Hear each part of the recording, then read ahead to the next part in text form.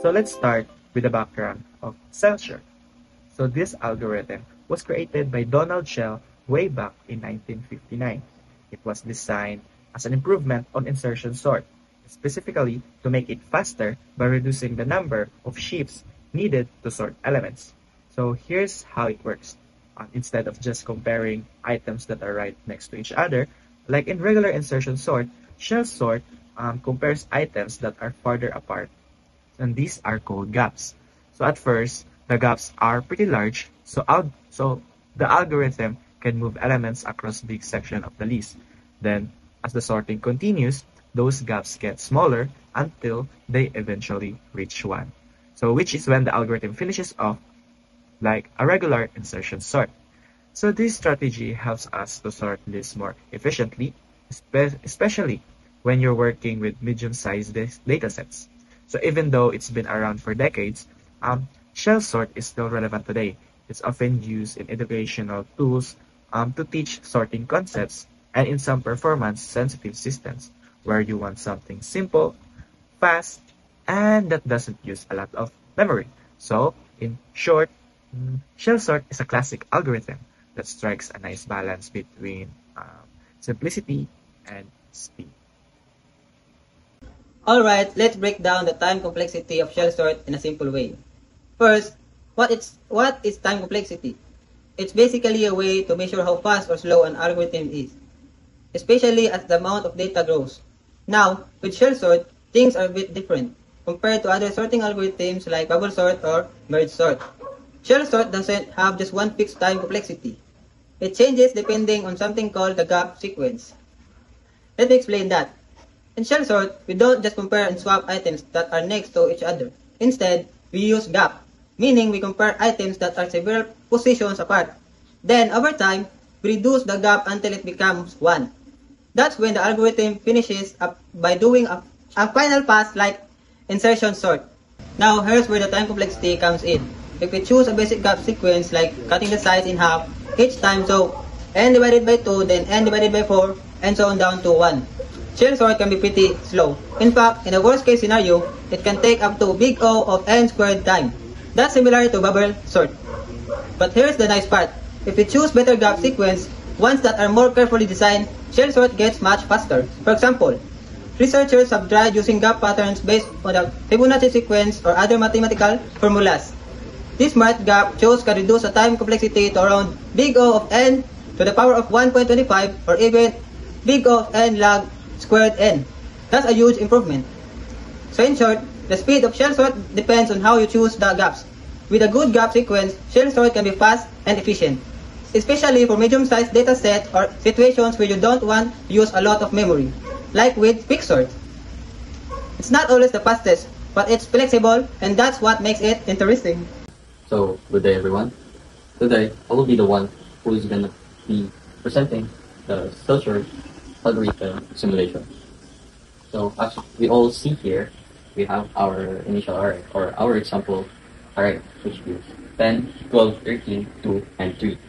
And the length of the array will be 5. So, as we see here, the code of the outer loop is the int gap is equals to n divided 2. Then we will check if the gap is greater than 0, and then gap will be divided by 2. So here is the first iteration. So the first iteration, the gap will be equal now to 2. Why? Because the n is equals to 5, right?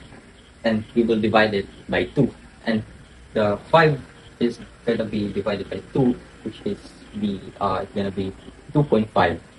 So, but we all need the whole number, so that's why the gap is now equal to 2. So, we will check if the gap is greater than to 0, so which is true, the gap will be now equal to 2. Now we will proceed to inner loop. So the inner loop will have the I is equal to gap, which is, what is the gap of value is? So the gap value is 2.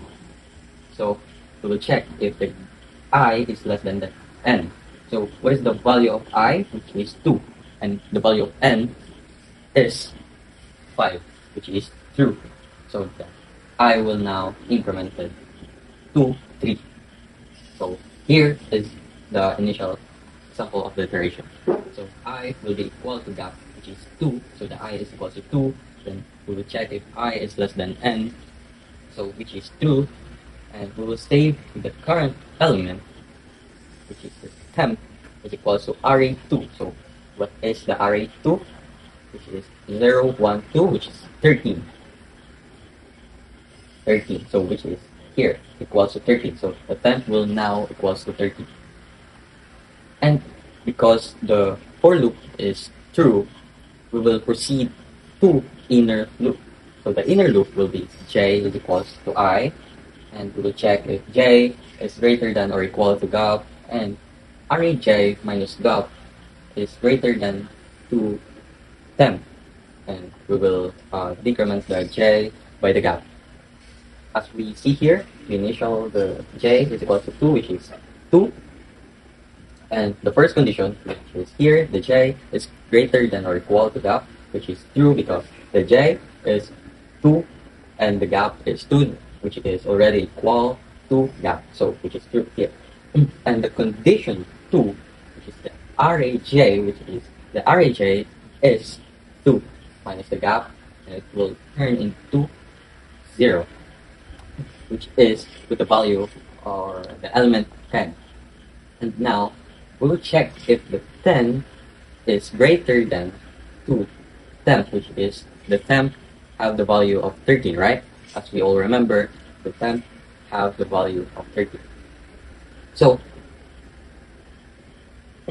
so the 10 and the 13, or the 10 is not greater than temp, right? So it will turn into false. So since the condition is false, we don't enter to the loop.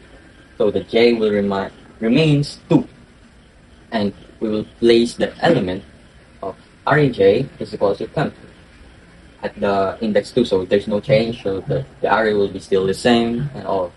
So we will proceed to iteration 2. The I is now incremented by 3, so the value of I will now be 3.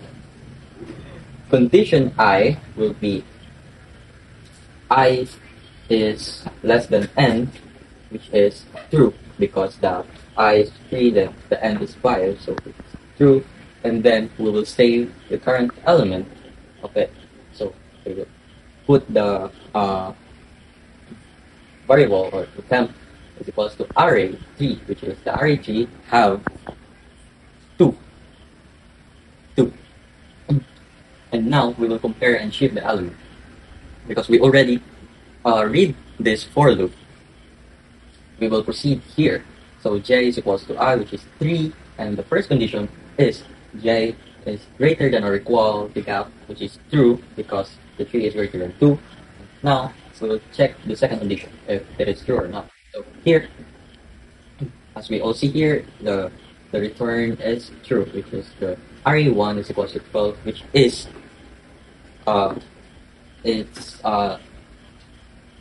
greater than 2, which is both conditions are true. So we will proceed to the inside of the loop.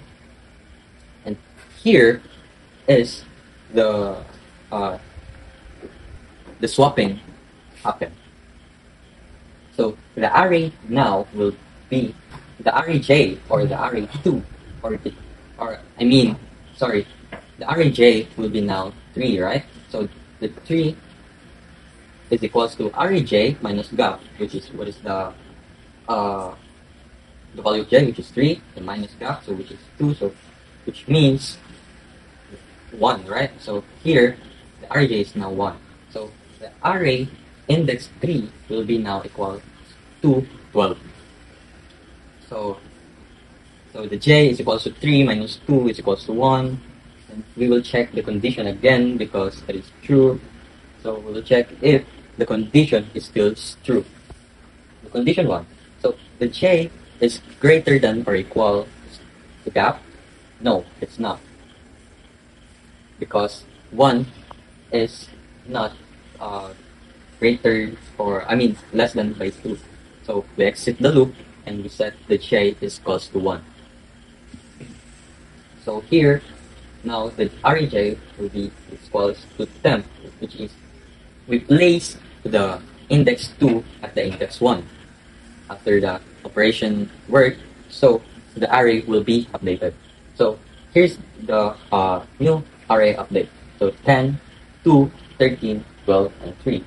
And next, we already at the increment for I is equal to 4, so I is less than n, so which is true because 4 is less than 5, so we save the current element with the temp. So array 4 is equal to 3, right, which is the last element of the array. And we here compare and shift the elements. The initial j is equal to I is equal to 4, so the j will now 4, and we'll check if the j is greater than or equal to gap, which is true because the 4 is greater than 2, and we'll check for the second condition. So what is the second condition is? So the second condition is Raj minus gap, which is will now turn into 2, and we will check if the Ra2 is greater than 3, which is true, and since the both conditions are true, we enter the loop. The Raj will be equal to j minus gap, means 4 is equal to Ra2 is equal to 13. And now the j is equal to 4 minus 2 is equals to 2. So the j will now 2. So now and again, we will check if the j is greater than or equal to 2, which is true, and we will check for the second condition. So the Raj minus gap is greater than temp, which is true because the array 0 is index 10, which is it returns true on the statement. So we enter the loop again, and we will set the Raj is equals to Raj minus gap, means the array 2 is equals to array 0, which is half the 10. So the array or the index 2 will have now the 10. And the j gives 2 minus 2 is equals to 0, so the j will now have the 0. And we will check the conditions again. Condition 1, which is j is greater than or equals to gap, which is now false.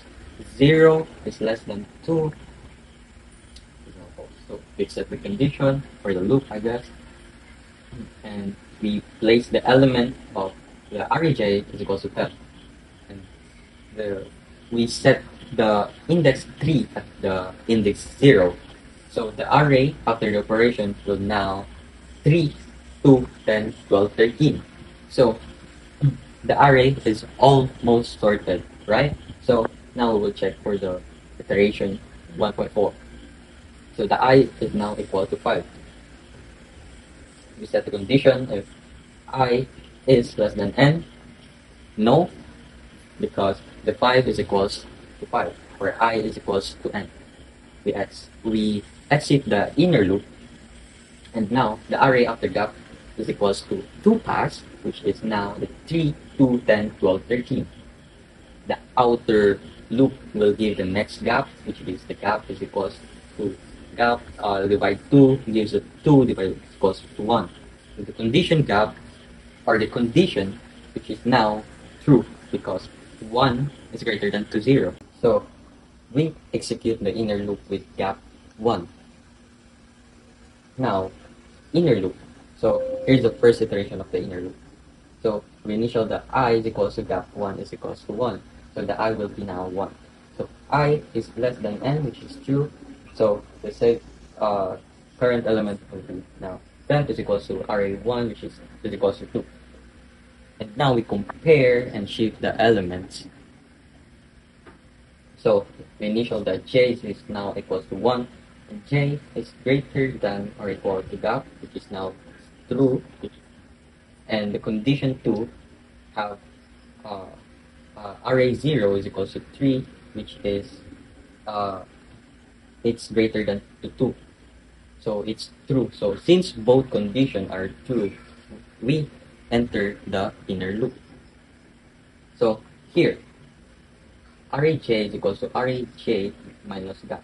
Means the Ra1 is equals to Ra0 is equals to 3. So the J will now be equal to 0 because we minus the 1. So the condition now, or the condition 1, because the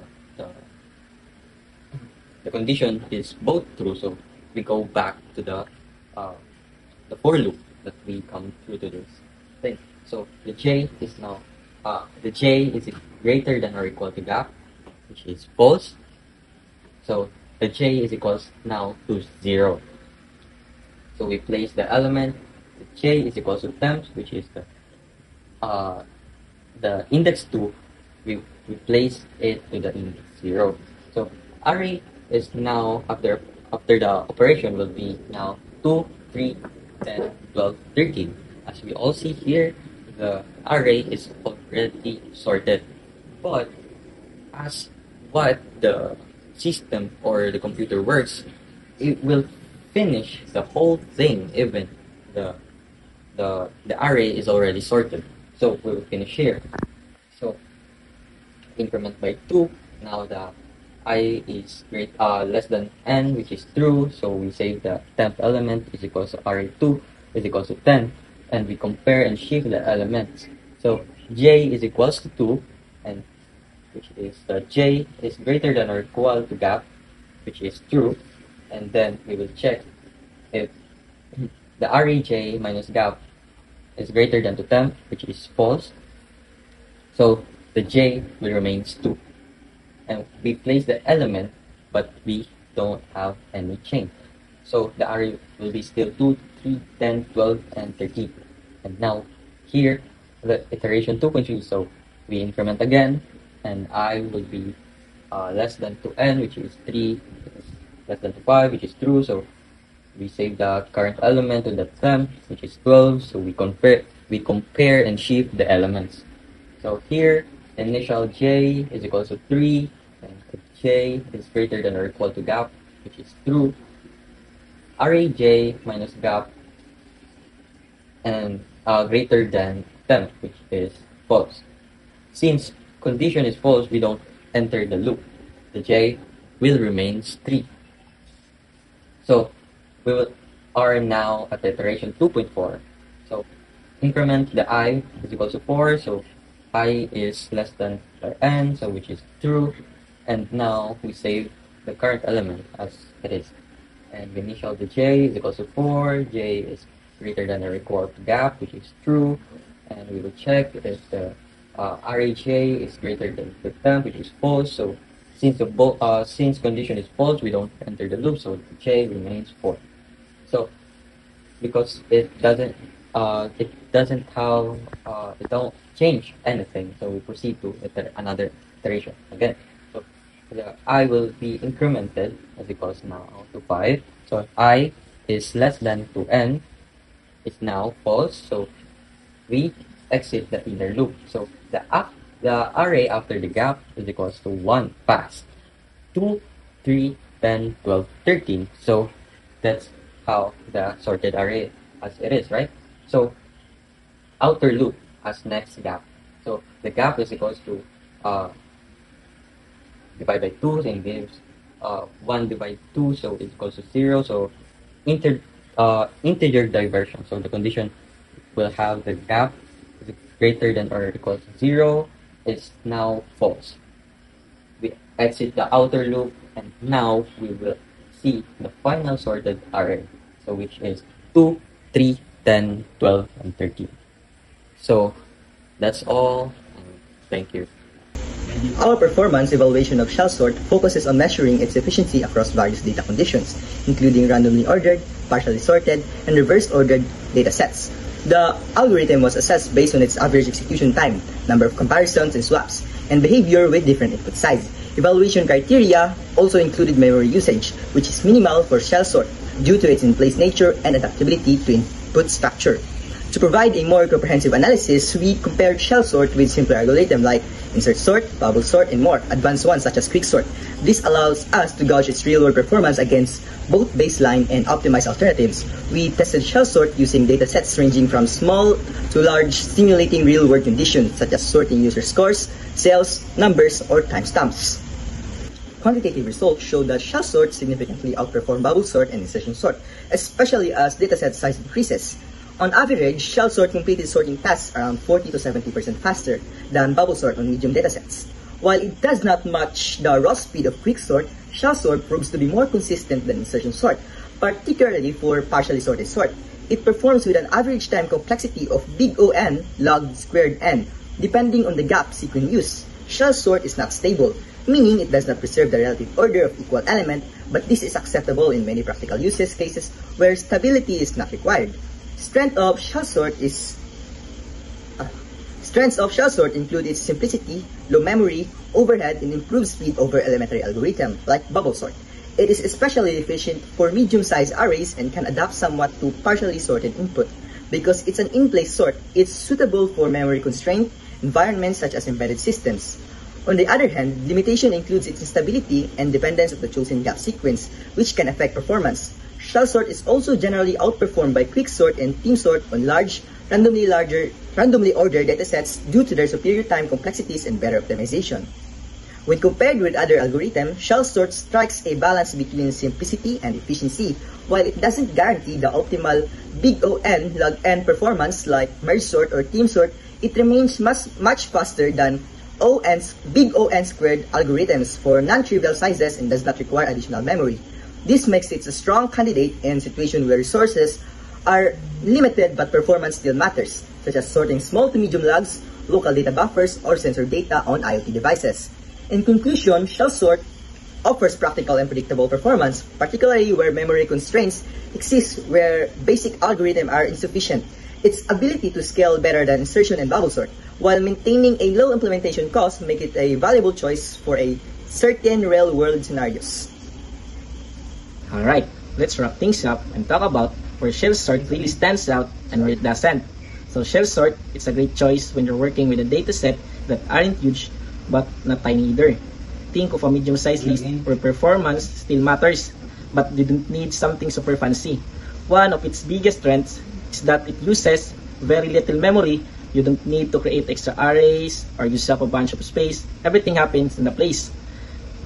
It's also pretty easy to code, which makes it beginner-friendly. And another bonus, shell sort works really well when the data is already partially sorted. That's when it can finish up surprisingly fast, but of course, it's not perfect. One important thing to remember is that shell sort's performance heavily depends on the gap sequence you choose.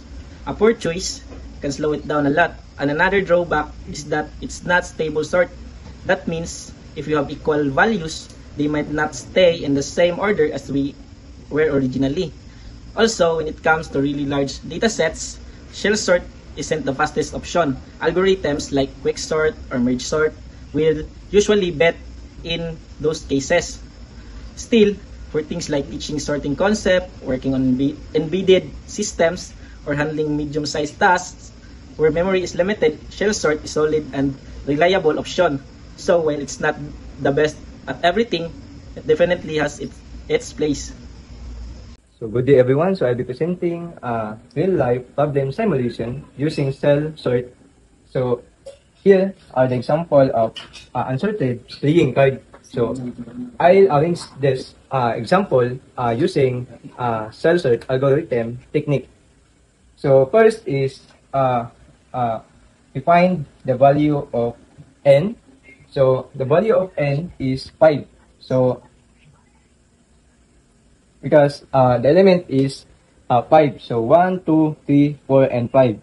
So the n is 5. So now the first element of the array is 10, and the second element is queen which is 12, and the third element is king is 13, and the fourth is 2, and the fifth element is 3. So now we find the gap of the 5 element. So how to find the gap of the element? So the formula is, so n is 5, and 2. So 5 divided 2 is 2. So the value is 2. 2 gap. So now, we proceed to the first iteration. So we find the 2 gap of first element. So 1, 2. So we compare the 10 and 13. So 10 and 13. So 13 is greater than 10. So no swap. So remain. So we proceed to the second iteration. So the two gap, 1 and 2. So now we compare the 12 and 2. So 2 is less than 12. So will be swap. Because 2 is shorter than 12. Now, the third iteration, which is the king. 1 and 2. So, we compare the 13 and 3. So, 13 is, 3 is less than 13. So, will be swap because 3 is shorter than 13.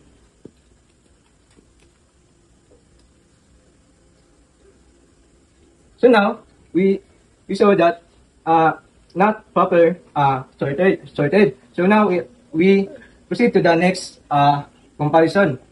So next is 10 and the gap is 2. So 1 and 2. That is 3. So we compare the 10 and 3. So sorry, no. Just 12 and 13. So 10 and 3 we compare. So 3 is less than 10. So will be swapped. Because 3 is shorter than 10.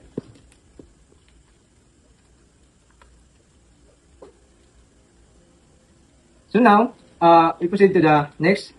So we compare the 2 and 12. So we saw that 2 is already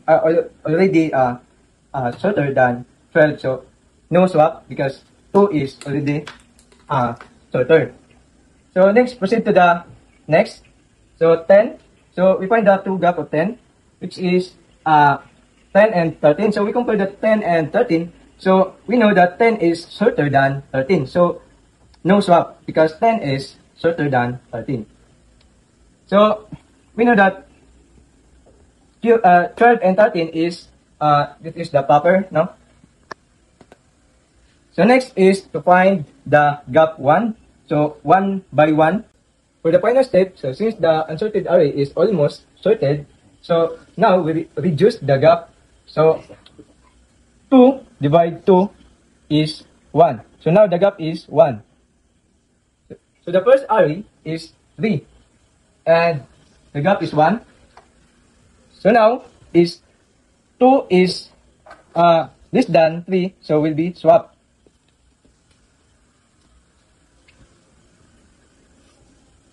So next is 3 and 10.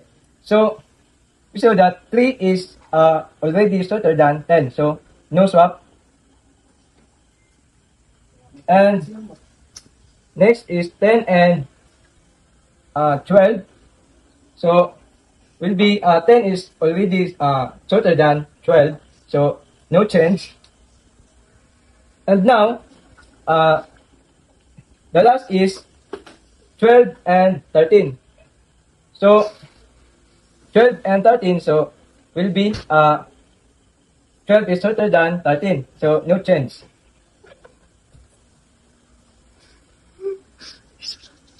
So now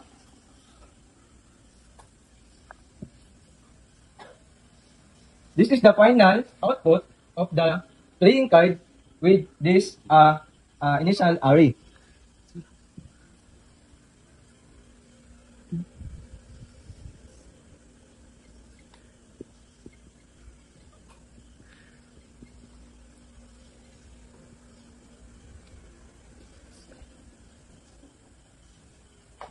So now, using the cell sort algorithm technique, so the initial array will be already sorted. So P,